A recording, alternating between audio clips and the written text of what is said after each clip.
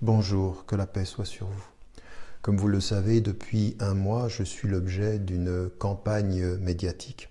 On pourrait dire d'un lynchage médiatique en France et avec les dommages collatéraux de la Belgique et de la Suisse romande, où l'on m'accuse des pires agissements. En fait, on m'accuse de crime puisqu'il s'agit de viol. Alors ce que j'aimerais commencer par dire ici, c'est que je suis totalement innocent de ce dont on m'accuse, mais que je ne vais pas rentrer dans la surenchère médiatique et que je ne vais pas répondre à la vindicte populaire que les médias entretiennent. Ces choses-là ne se discutent pas dans les médias, elles se discutent dans un tribunal, elles se discutent devant un juge et avec des avocats. Et je suis profondément confiant de l'évolution des investigations.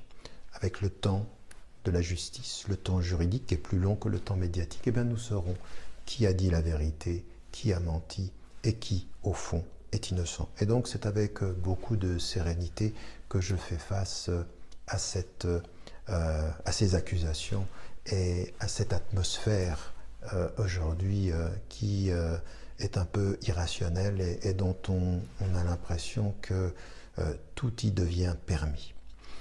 J'aimerais dire aussi que, parce que je l'ai lu sur des réseaux sociaux ici et là, que je ne pense pas en fait qu'il s'agisse d'un complot. C'est vrai qu'on avait entendu Jean-Claude Elfassi ou qu'on avait entendu Matmati ou même Gilles Kepel des mois auparavant. Certains cherchaient des témoignages, d'autres proposaient de l'argent. Matmati proposait jusqu'à 3 000 € pour des témoignages.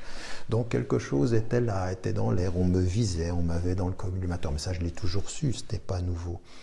Je pense qu'en fait, c'est dans le climat de l'affaire Weinstein, une femme qui tout à coup livre un nom, et puis ceux qui m'ont toujours eu dans leur viseur, ceux dont j'étais l'ennemi, y ont vu une aubaine extraordinaire et s'y sont jetés tête baissée en pensant, voilà, on va le finir. On va le finir, ce sont des mots qu'on a lus sur Twitter, ce sont des mots qu'on a lus sur Facebook, il faut le finir, Tariq Ramadan. Et donc, c'était une aubaine qui s'était présentée à eux.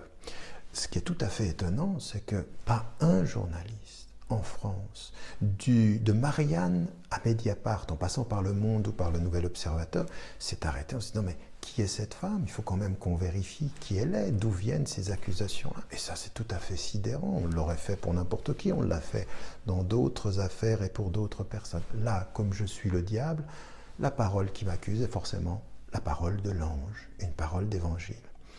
C'est malheureux parce que on n'en arrive même pas à se rendre compte que sur 3 dépositions, elle a 3 versions différentes. On ne sait rien de sa vie et si on avait le minimum d'investigation, eh bien on se rendrait compte que les témoignages, les récidives, la situation personnelle sont tout à fait parlantes. Je parle même de la première personne. Et puis quant à la deuxième, le caractère totalement invraisemblable et illogique de ce qui est avancé de mes agissements n'est même pas mis en évidence.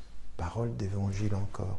Et donc le minimum du travail de journaliste n'a pas été fait. Au contraire, on s'est dit, il faut qu'on charge davantage sur l'accusé, sur Tariq Ramadan, puisqu'il est le diable. Et on en a vu qui pensaient que j'étais à terre et qui ont continué à vouloir en rajouter, dont Mediapart, qui tout à coup ajoute une enquête vite fait pour pouvoir dire « Ah non, nous ne sommes pas les complices de l'homme ». Vous savez, en France, on a eu des personnes qui sont le symbole d'une certaine dignité intellectuelle.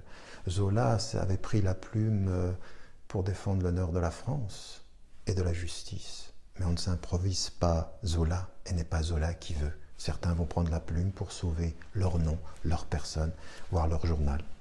C'est ainsi. Il faut prendre acte avec tristesse, mais en continuant sa route.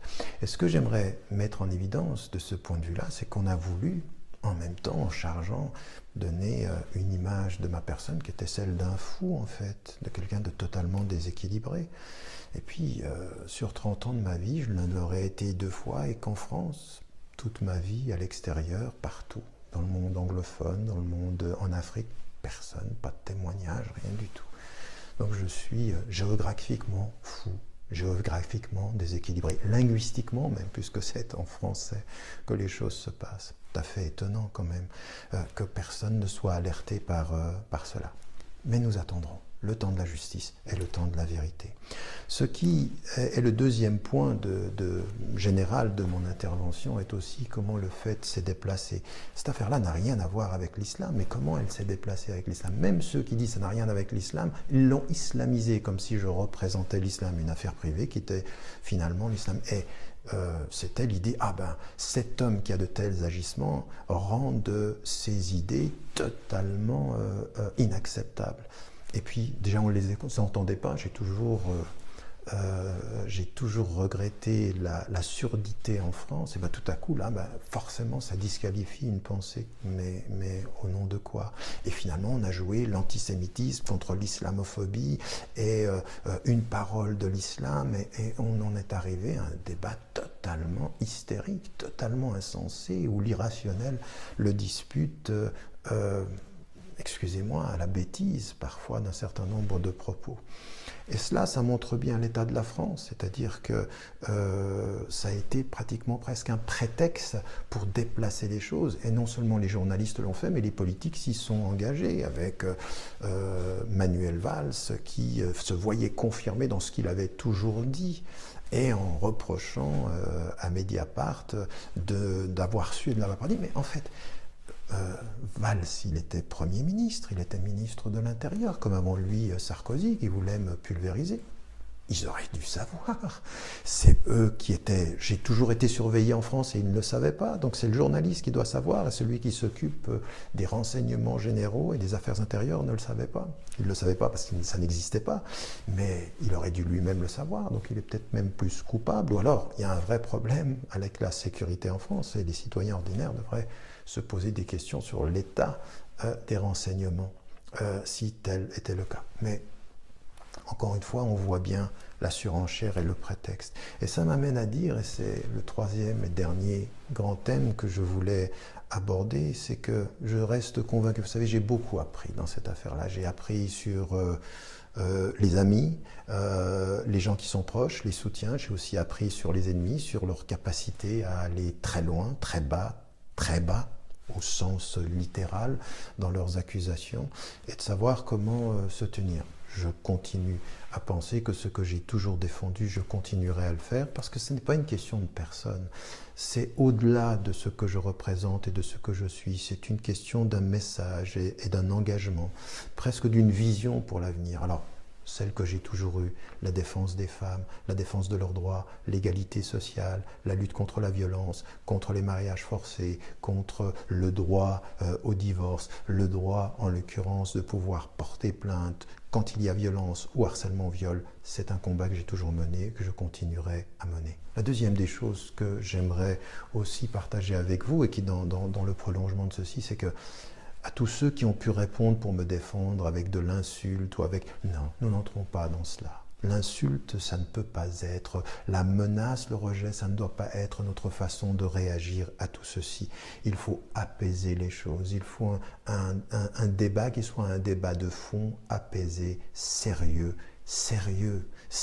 et responsable, parce que nous n'y arriverons pas d'un côté comme de l'autre si le rejet répond au rejet, l'insulte à l'insulte, et l'émotivité, l'émotionnel, et puis la controverse à la controverse. C'est le pire de ce qui peut arriver. Et donc c'est avec de la sagesse, c'est avec de la pondération, c'est avec une vue longue sur les choses que nous réussirons. Et ça m'amène à dire que ce à quoi je me suis toujours engagé depuis tellement d'années, sur cette façon de dire, nous sommes citoyens, nous devons et nous allons arriver à faire en sorte de pouvoir vivre ensemble, de construire l'avenir ensemble. Parce que le plus important, ce n'est pas d'où tu viens, c'est où nous allons ensemble.